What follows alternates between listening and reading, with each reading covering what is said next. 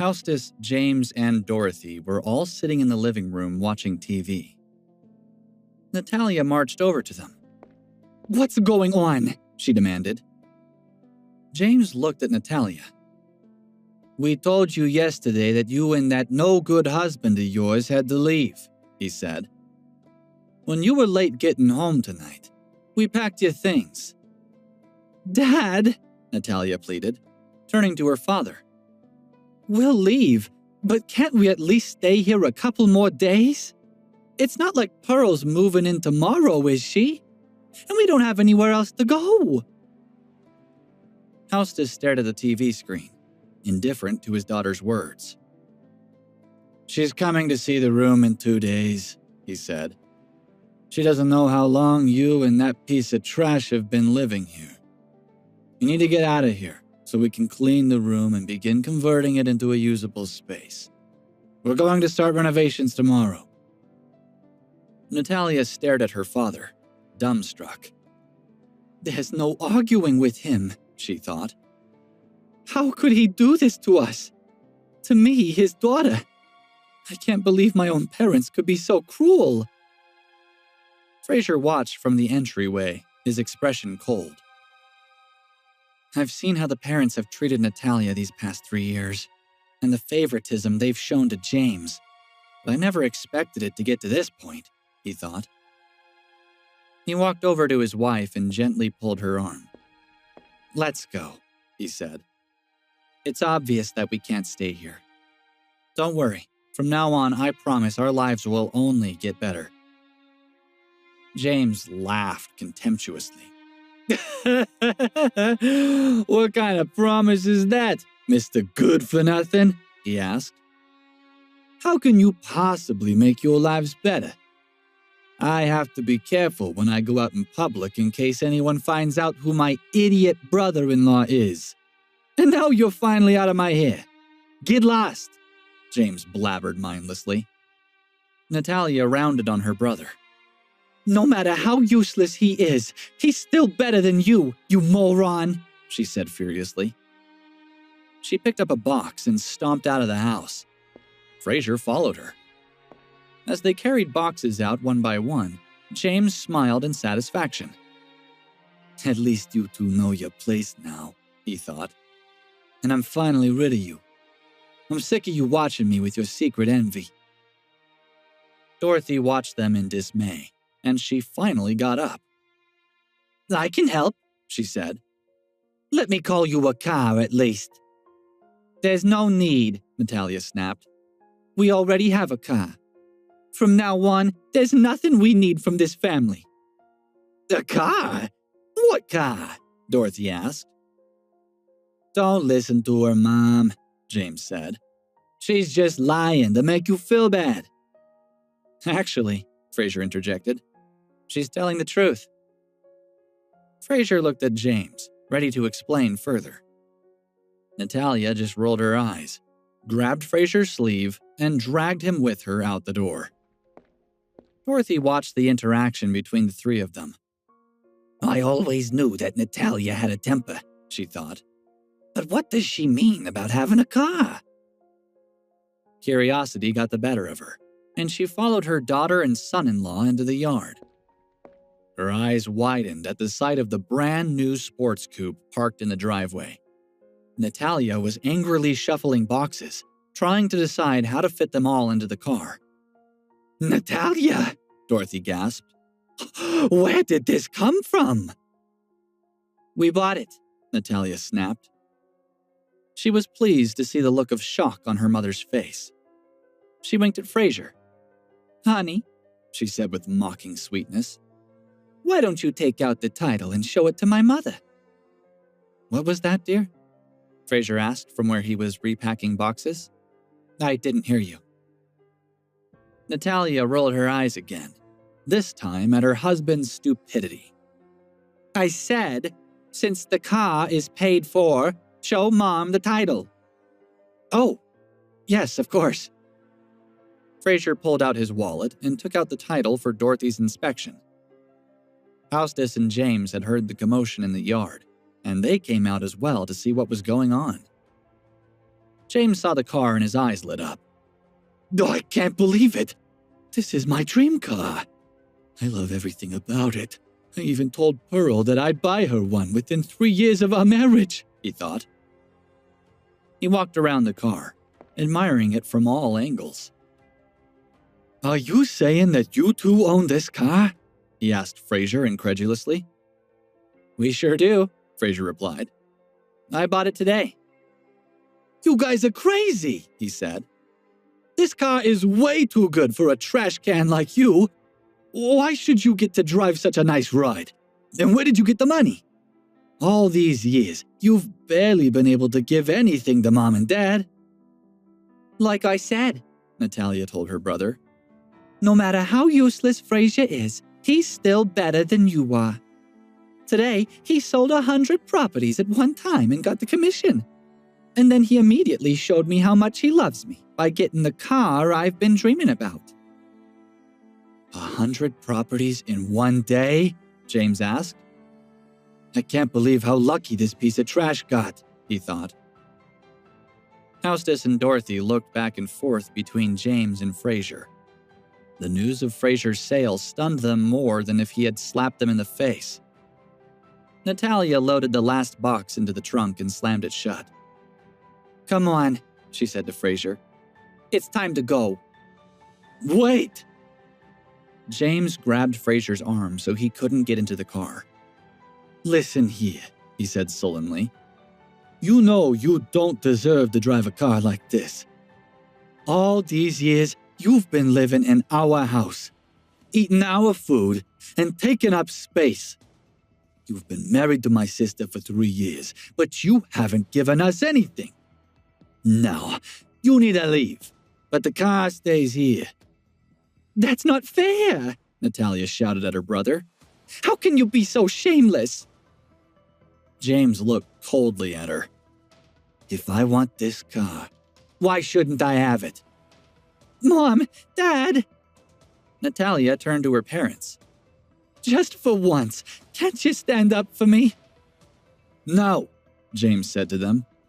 "You have to side with me. Think about it. If I have this car, it'll make you look high class too. And if Pearl's family knew about it, they would let us get married right away." Hostess looked at his son thoughtfully. It was his and Dorothy's goal to get James married as soon as possible.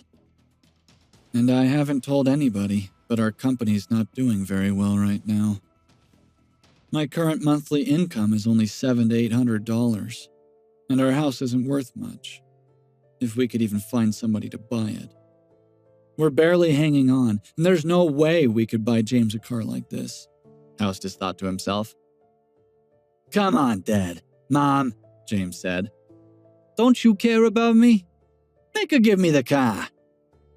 "This is no different than stealing," Natalia exclaimed. "It's okay, Natalia," Dorothy said. "He's your brother. It's only right that you help him out a little bit." "A little bit?" Natalia repeated. "This car costs more than he makes in a year. How can that be called a little bit?" Hostess spoke. "Natalia, just give your brother the car. Your husband made a big commission today. He can make another one, and you can buy another car. It's time you finally contributed to this family." "Haven't I done enough in all my years of working?" Natalia asked harshly. "And how can you call this contributing to the family? This contribution is going to James alone." Fraser saw his wife's temper rising and knew he had to say something. He took a deep breath, but before he could speak, Dorothy pleaded. "Natalia, just give the car to your brother.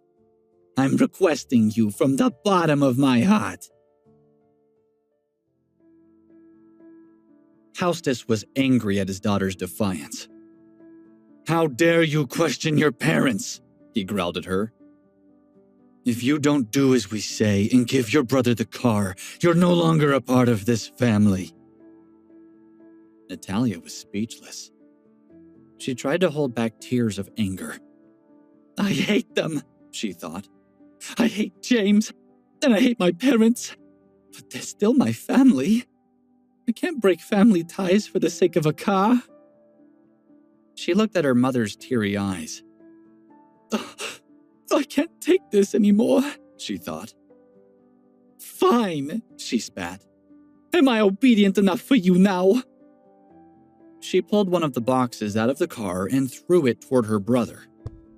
Then she grabbed a suitcase in one hand and Fraser's arm in the other. Come on, she said. We're leaving. Pulling Fraser behind her, she stalked off down the road. Hey, James called after her. When you find a place to stay, let me know. I'll send you a thank you card. Idiots! Natalia kicked a rock and watched it skitter across the street. Morons! How could they do this to me? I barely had a chance to drive it, and now they've taken it away from me. How could this happen? She turned angrily toward her husband. And you! She exclaimed. How could you let them do this? I finally thought you were worth something, but I was wrong. You didn't even stand up for my sake. Fraser kept his expression neutral.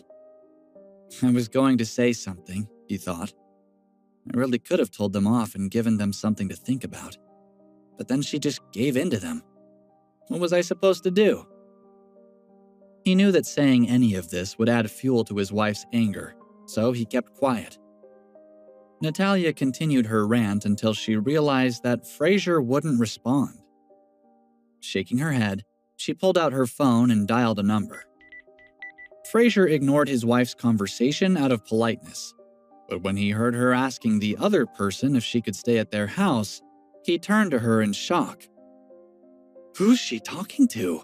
He wondered. She's not going to move in with some other guy, is she? Natalia, he started. She turned to stare at him, and he knew better than to continue. She ended the conversation and then tilted her phone so that he could see the call log. She'd been talking to her friend, Sheila. And I suppose you think I'm some sort of hussy, she commented sarcastically. No, he said, embarrassed. That's not it at all. I was just going to ask if we should take a taxi instead of walking. She rolled her eyes and called for a taxi. They arrived at Sheila's house half an hour later. She answered the door in a red silk nightgown and didn't bother trying to hide her yawn. Oh, look at you, she said to Fraser. I heard from Natalia that you, even though you're usually useless, sold 100 properties today. And you got Peter fired. And then you quit. What the heck? You can't do that when you have the advantage, stupid. Fraser smiled blandly at Sheila's chastisement. He had known Sheila since they were in college, and he was well aware of how she felt about him. She's got a sharp tongue, he thought, but deep down, her heart's kind. And Natalia really likes her, so that's all that matters. Oh, stop pestering him, Natalia said. She nudged Fraser. Hurry up and go make us some food. We haven't eaten tonight, and I'm starving. Right away, Fraser said. He walked into the kitchen and busied himself, while Natalia and Sheila sat on the couch and discussed the day's events. It didn't take him long to prepare a simple meal. After supper, Fraser asked about sleeping arrangements. He assumed that Sheila had a spare bedroom. You're going to sleep by yourself in the spare room, she said, pointing at Fraser. Natalia and I will share my bedroom. Fraser looked from Natalia to Sheila. That sounds good to me, he said. Really? Sheila asked. You have no objections to the sleeping arrangements? She eyed him sideways. Is there something wrong with him? She wondered. That he doesn't want to sleep with his own wife? He shook his head. No, see, I have a bed all to myself. I don't have to deal with Natalia snoring or her kicking me in her sleep. That's your problem now. Sheila giggled, and her giggle turned into a full-blown belly laugh. Oh, I get it, Natalia, she said. I finally figured out why you're still married to this loser. Turns out he's a schemer after all. Natalia's face reddened in embarrassment, and she threw a pillow at Fraser's head. He dodged it and then slipped into the kitchen to finish doing the dishes before finally going to bed. The next day, James took his new sports car out for a cruise. This is great, he thought. I had someone else to spend their money on a new car for me. I'm a genius. He took out his phone and called his girlfriend. Pearl, are you at home right now? He asked. I am. What's going on? I know you've wanted to go car shopping lately, and I have a surprise for you. You're gonna be so excited when I show you that you won't be able to sleep tonight. Are you serious? Pearl squealed as she jumped up from the couch. You'd better not be lying. You know that my parents already don't like you very much, she continued. Just get here, James promised. He made a quick turn, cutting off the car behind him, and headed toward Pearl's house. After a quick stop to pick up a bouquet of roses, he arrived. To add an element of surprise, he parked the car down the street from Pearl's home. He sent her a text letting her know where he was and hopped out of the car. He held the roses in one hand and leaned on the hood of the car in what he considered a handsome pose. Just wait until she sees this car, he thought in anticipation. This is going to seal the deal between us, and she's going to be putty in my hands. The screech of tires and an ear-piercing horn startled him. He turned in time to see a huge truck race around the corner and head straight toward him. He froze for a split second as it became apparent that the truck wouldn't stop. He screamed and dropped the roses as he hurled himself to one side. His foot slipped and he fell heavily onto the pavement and slid several feet away. He scrambled out of the way just in time to hear a loud crash behind him. He ignored the blood dripping from his face and turned around. The truck had hit his car squarely and pushed it into a retaining wall, crumpling the passenger side fender. "My car!" he screamed. As he watched in horror, the truck turned and then drove forward again, ramming into the car again and again until nothing remained of the brand new sports car but a twisted pile of scrap metal. James rushed over. He yanked open the door of the truck and dragged the driver out. "What have you done?" he yelled.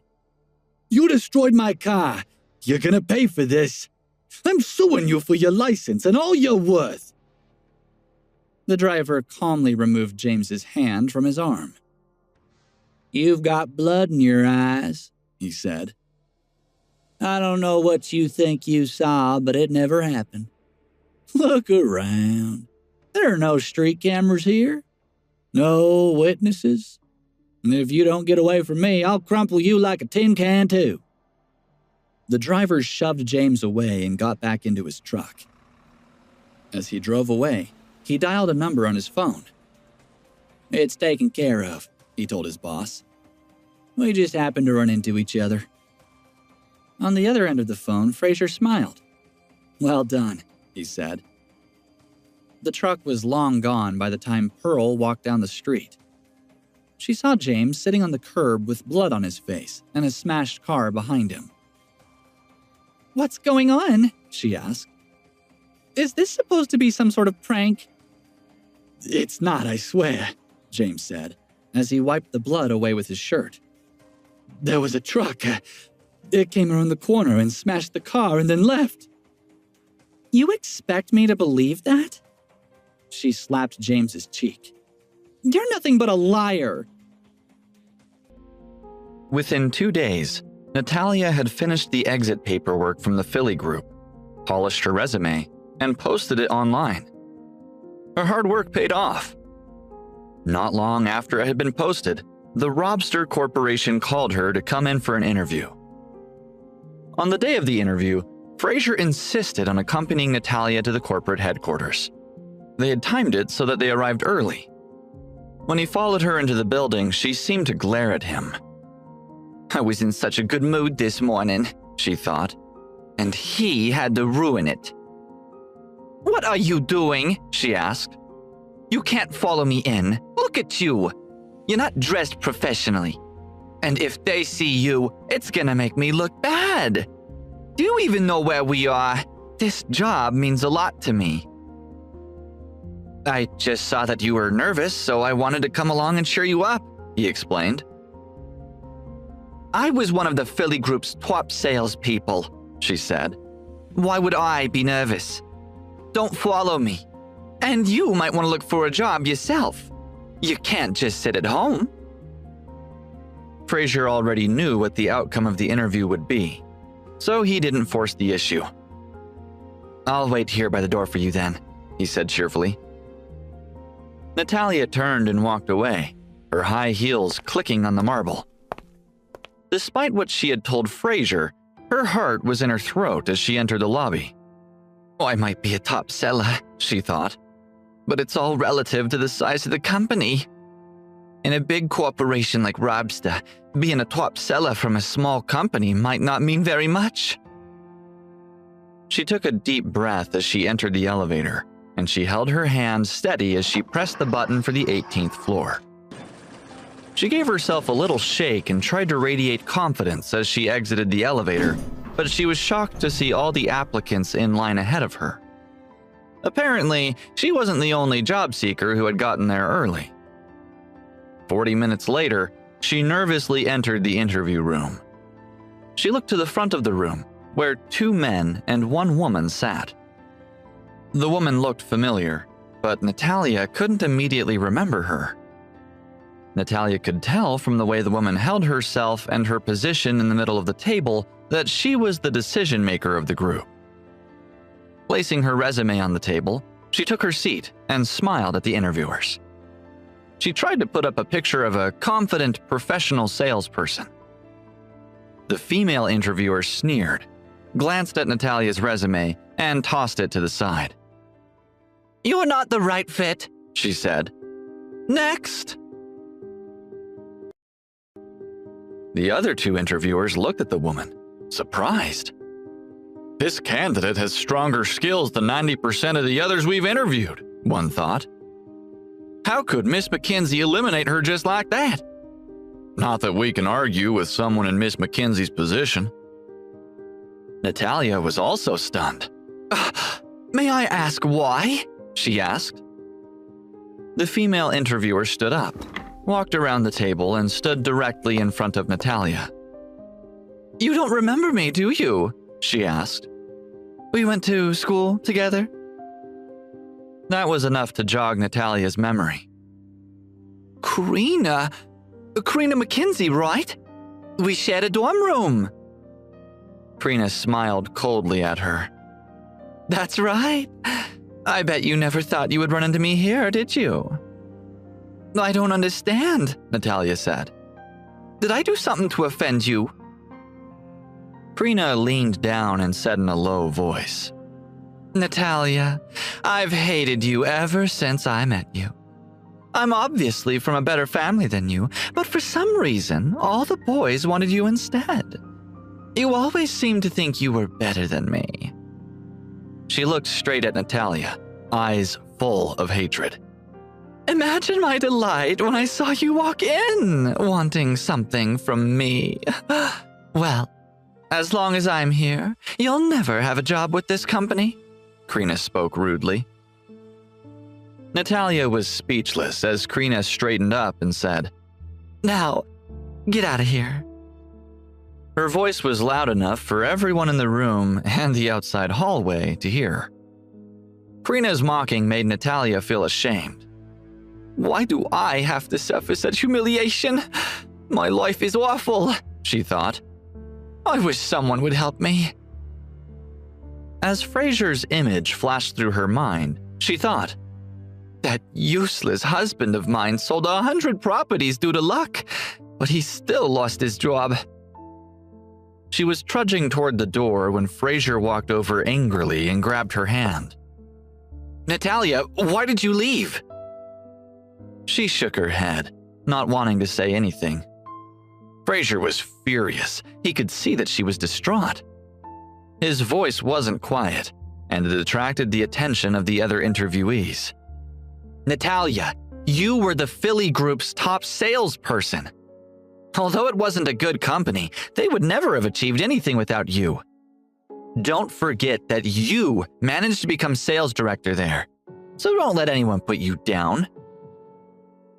Her husband seemed able to give her a little strength.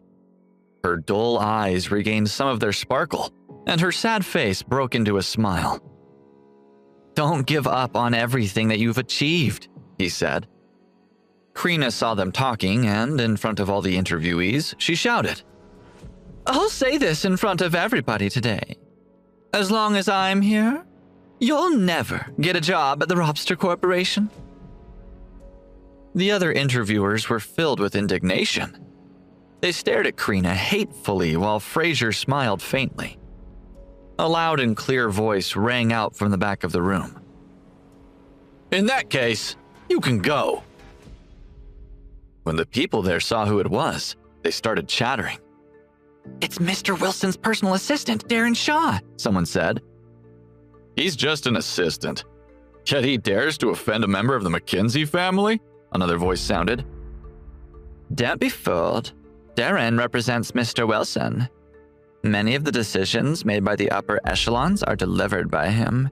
It's going to be a good show, a third voice echoed at the back of the room. When Krina saw it was Darren, she became fearful, and her face turned pale.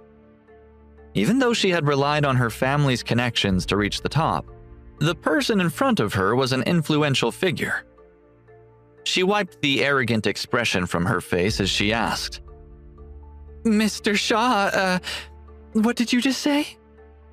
I said that you can go now. Why?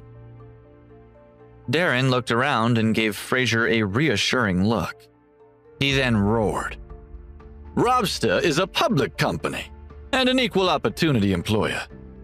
We aim to provide the best working environment for every talented person. Therefore, I have to announce that you will be stepping down from your position as personnel manager. Her legs became weak as she stared at him, dumbstruck, and said, You want to fire me? Aren't you afraid that my family will end their collaboration with Robster? You think too highly of yourself, Miss McKinsey.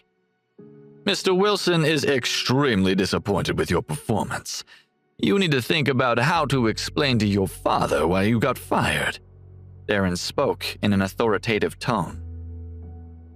Darren picked up the resume from the floor and walked up to Natalia. I'm so sorry. This is our company's fault, and I hope you can forgive us. I'm happy to announce that you've been accepted. Natalia, you wait. The worst will come, hissed Krina threateningly. She didn't dare to get annoyed at Darren, so she could only aim her vitriol at Natalia. When she angrily left the room, all the candidates burst into thunderous applause.